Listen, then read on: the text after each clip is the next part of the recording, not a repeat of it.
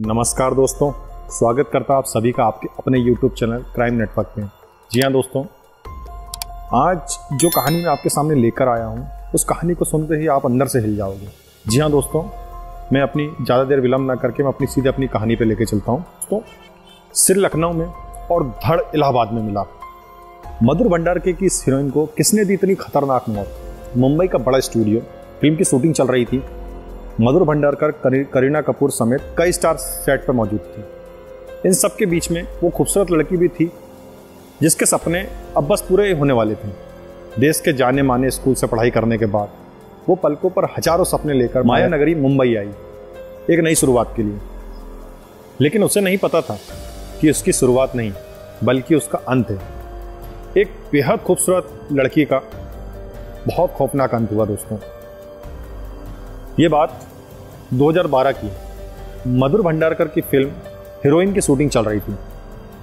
इस फिल्म में करीना कपूर को लीड रोल के लिए लिया गया था, जबकि एक नई लड़की मीनाक्षी थापा को फिल्म में काम करने का बड़ा मौका मिला था। मधुर भंडारकर जैसे बड़े डायरेक्टर की फिल्म, करीना कपूर के साथ को स्टार बनने का मौका, बस इसी ब्रेक की तलाश में थी मीनाक्षी, जो उसे अब मिल चुका था।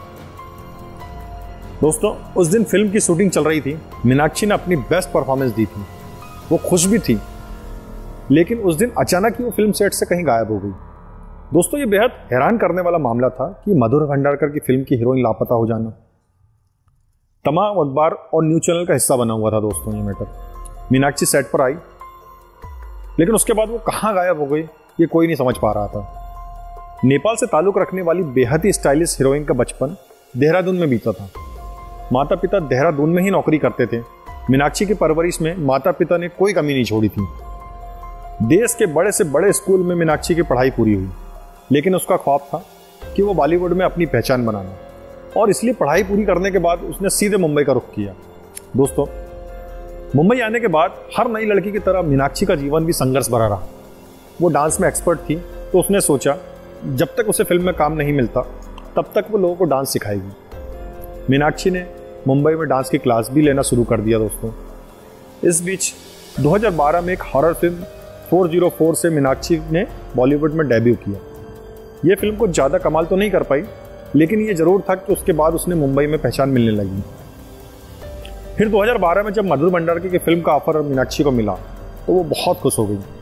दोस्तों, बॉलीवुड की एक्ट्रेस अपने ख्वाब बुन रही थी, और कोई था जो उसकी जिंदगी खत्म करने की प्लानिंग कर रहा था। दोस्तों, 15 मार्च 2012 के दिन मीनाक्षी के घर पर एक फोन आया। इस फोन पर उसके घर वालों को यह खबर दी गई कि मीनाक्षी का अपहरण हो गया है और फिरौती के तौर पर 15 लाख रुपए की मांग की गई है। फिल्म हीरोइन के सेट से ही इस एक्ट्रेस का अपहरण किया गया था।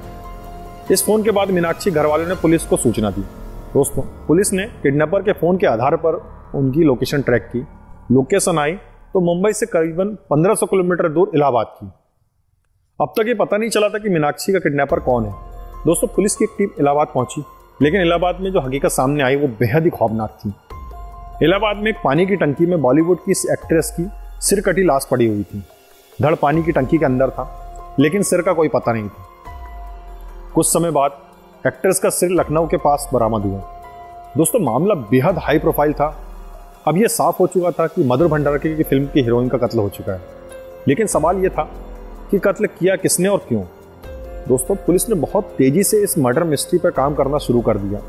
मुंबई से लेकर इलाहाबाद और लखनऊ तक छानबीन शुरू हुई तो पता चला कि यह मर्डर फिल्म हीरोइन में ही एक छोटा सा रोल करने वाले शख्स अमित जायसवाल और उसकी गर्लफ्रेंड प्रीति ने किया है। अमित जायसवाल उत्तर प्रदेश के इलाहाबाद का रहने वाला था।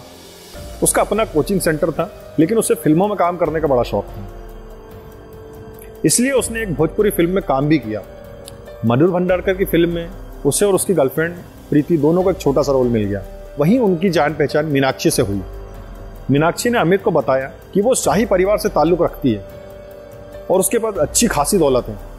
बस यहीं से अमित के दिमाग में मीनाक्षी को किडनैप करने की साजिश ने जन्म लिया। दोस्तों, फिल्म की शूटिंग लगातार चल रही थी और इसी दौरान मौके का फायदा उठाकर प्रीति और अमित ने मीनाक्षी को यह कहकर इलाहाबाद ले आए कि उसे भोजपुरी फिल्म में काम दिलवाएंगे। जब मामला पुलिस तक पहुंचा तो दोनों ने पुलिस के डर से मीनाक्षी का कत्ल कर डाला और कत्ल करने के बाद धड़ को वहीं इलाहाबाद में पानी की टंकी में फेंक दिया जबकि सिर को अपने साथ ले आए।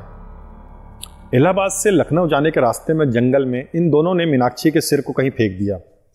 एक्ट्रेस के कत्ल के आरोप में अमित और प्रीति दोनों को उम्र कैद की सजा मिल चुकी है। दोस्तों मैं यहाँ पे अपने शब्दों को विराम देता हूँ। अगर आपको क्राइम नेटवर्क का यह एपिसोड अच्छा लगा तो प्लीज़ इस वीडियो को लाइक करें, अपने मिलने वालों से इस चैनल को शेयर करें। दोस्तों आपका होस्ट आपसे इजाज़त चाहता है। जय हिंद।